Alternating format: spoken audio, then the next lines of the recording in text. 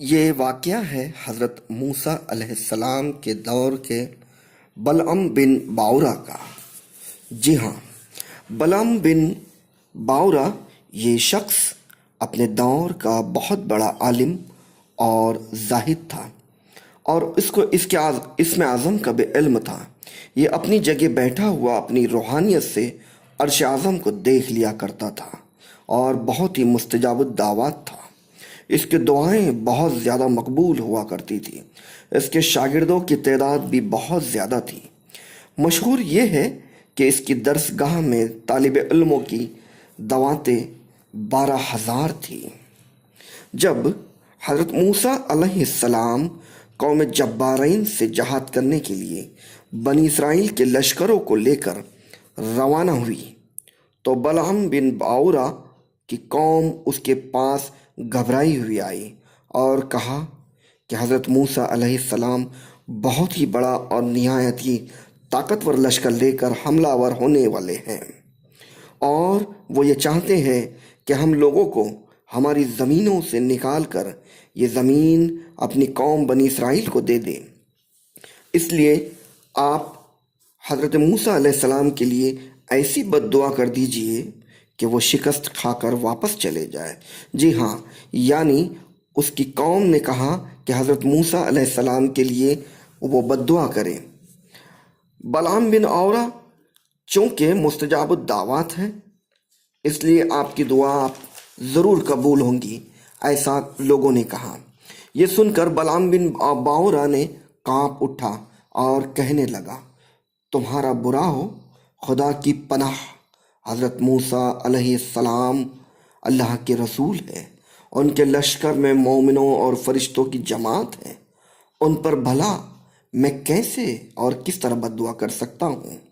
لیکن اس کی قوم نے رو رو کر اور گڑ گڑا کر اس سے ضد کیا اور یہ کہا کہ آپ کچھ کریے لیکن ضرور بد دعا کریے۔ بلعم بن باورا نے کہا کہ ٹھیک ہے، میں استخارہ کر لینے کے بعد اگر مجھے اجازت مل گئی تو میں بد دعا کروں گا۔ مگر استخارہ کے بعد جب اس کی بد دعا کی اجازت نہیں ملی تو اس نے صاف صاف جواب دے دیا کہ اگر میں بد دعا کروں گا تو میری دنیا اور آخرت دونوں ہی برباد ہو جائیں گی۔ اس کی قوم نے بہت ہی بڑے بڑے تحفے اور بہت سارا مال لے کر اس کے پاس دوبارہ حاضر ہوئے، یہاں تک کہ بلعم بن باورا لالچ پہ سوار ہو گیا۔ اس پر لالچ کا بھوت سوار ہو گیا اور وہ مال کے جال میں پھنس گیا اور اپنی گدھی پر سوار ہو کر بد دعا کے لیے چل پڑا۔ راستے میں بار بار اس کی گدھی ٹھہر جاتی اور منہ موڑ کر بھاگنا چاہتی، لیکن یہ اسے لکڑی سے مار مار کے آگے ہی بڑھا چلا جاتا، مگر یہاں تک کہ گدھی کو اللہ تعالیٰ نے گویائی عطا کی اور وہ بولنے پر قادر ہوئی۔ اس نے کہا کہ افسوس اے بلعم بن باورا، تو کہاں اور کدھر جا رہا ہے؟ دیکھ، میرے آگے فرشتے ہیں جو میرا راستہ روکتے ہیں اور میرے منہ کو موڑ کر پیچھے ڈھکیل رہے ہیں۔ اے بلعم، تیرا برا ہو، کیا تو اللہ کے نبی اور مومنین کے جماعت پر بد دعا کرے گا؟ گدھی کی تقریر سن کر بھی بلعم بن باورا واپس نہیں ہوا، کیونکہ وہ حریص اور لالچی ہو گیا تھا اور اس نے اچھا خاصا مال بھی لے لیا تھا، یہاں تک کہ حسبان نامی پہاڑی پر چڑھ گیا اور بلندی سے حضرت موسیٰ علیہ السلام کے لشکر کو غور سے دیکھنے لگا، اور مال و دولت کی لالچ میں اس نے بد دعا شروع کر دی۔ لیکن خدا عز و جل کی شان کہ وہ حضرت موسیٰ علیہ السلام کے لیے بد دعا کرتا تھا، مگر اس کی زبان پر اس کے قوم کے لیے بد دعا جاری ہو جاتی تھی۔ یہ دیکھ کر کئی مرتبہ اس کی قوم نے ٹوکا کہ اے بلعم، تو الٹی بد دعا کر رہا ہے۔ تو اس نے کہا، اے میری قوم، میں کیا کروں؟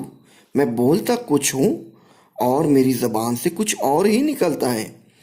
پھر اچانک اس پر غضب الہی نازل ہو گیا اور ناگہاں اس کی زبان لٹک کر سینے پر آ گئی۔ اس وقت بلعام بن باورا نے اپنی قوم سے رو کر کہا، ہائے افسوس، ہائے افسوس، میری دنیا اور آخرت دونوں ہی برباد ہو گئی، دونوں ہی غارت ہو گئی، میرا ایمان جاتا رہا، میں قہر و غضب میں گرفتار ہو گیا، اب میری کوئی دعا قبول نہیں ہوں گی۔ مگر پھر بھی اس کے دماغ میں شیطانی پلاننگ آئی اور اس نے کہا، تم لوگوں کو مکر کی ایک چال بتاتا ہوں، تم لوگ ایسا کرو تو شاید حضرت موسیٰ علیہ السلام کے لشکروں کو شکست ہو جائے۔ تم لوگ ہزاروں خوبصورت لڑکیوں کو بہترین کپڑے پہنا کر اور زیورات پہنا کر بنی اسرائیل کے لشکروں میں بھیج دو، اگر ان کا ایک آدمی بھی زنا کرے تو پورے لشکر کو شکست ہو جائیں گی، میں یہ یقین سے کہہ سکتا۔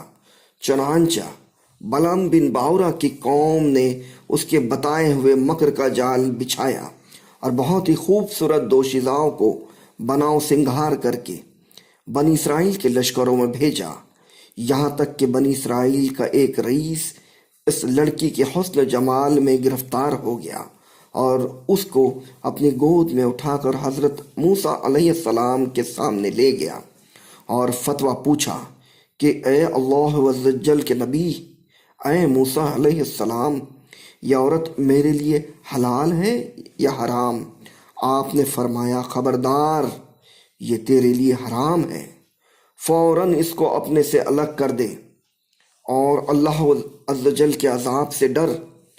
مگر اس رئیس پر غلبہ شہوت کا ایسا زبردست بھوت سوار ہو گیا تھا کہ وہ اپنے نبی علیہ السلام کے فرمان کو ٹھکرا کر اس عورت کو اپنے خیمے میں لے گیا اور زنا کاری میں مشغول ہو گیا۔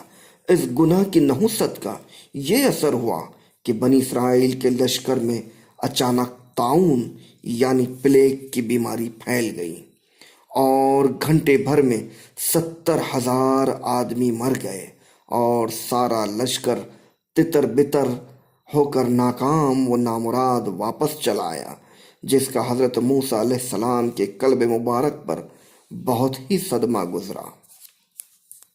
بلعام بن باورا پہاڑ سے اتار کر مردود بارگاہ الہی ہو گیا، آخری دم تک اس کی زبان اس کے سینے پر لٹکی رہی اور وہ بے ایمان ہی ہو کر مرا۔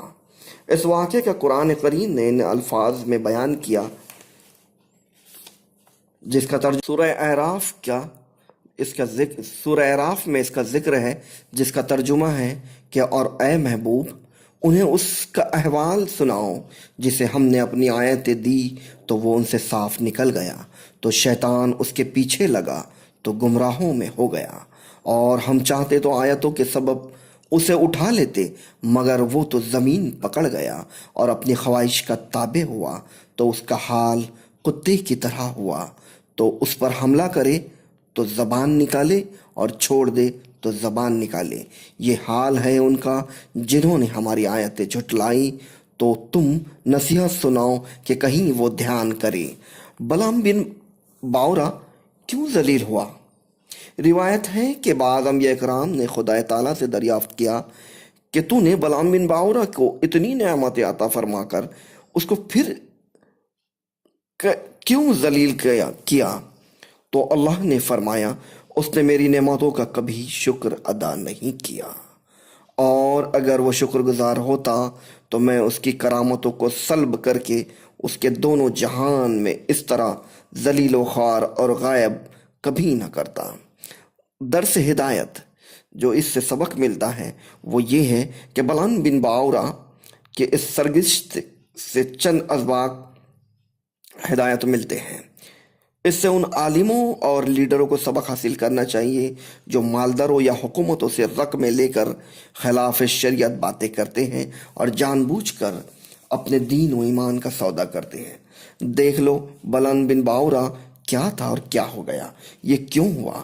اس لیے اور صرف اس لیے کہ وہ مال و دولت کی لالچ میں گرفتار ہو گیا اور دانستہ اللہ عز و جل پر بد دعا کرنے کے لیے، اللہ کے رسول کے لیے بد دعا کرنے کے لیے تیار ہو گیا تو اس پر دباؤ پڑا، دنیا و آخرت میں ملعون ہو کر اس طرح مردود ہو گیا کہ عمر بھر کتے کی طرح زبان لٹکتی رہی۔ پھر آخرت میں جہنم کی بھڑکتی شعلہ دار آگ اس کا ایندھن بن گیا۔ لہذا ہر مسلمان خصوصاً علماء و مشائخ کو مال و دولت کی لالچ میں نہیں آنا چاہیے، ہرگز کبھی نہیں آنا چاہیے۔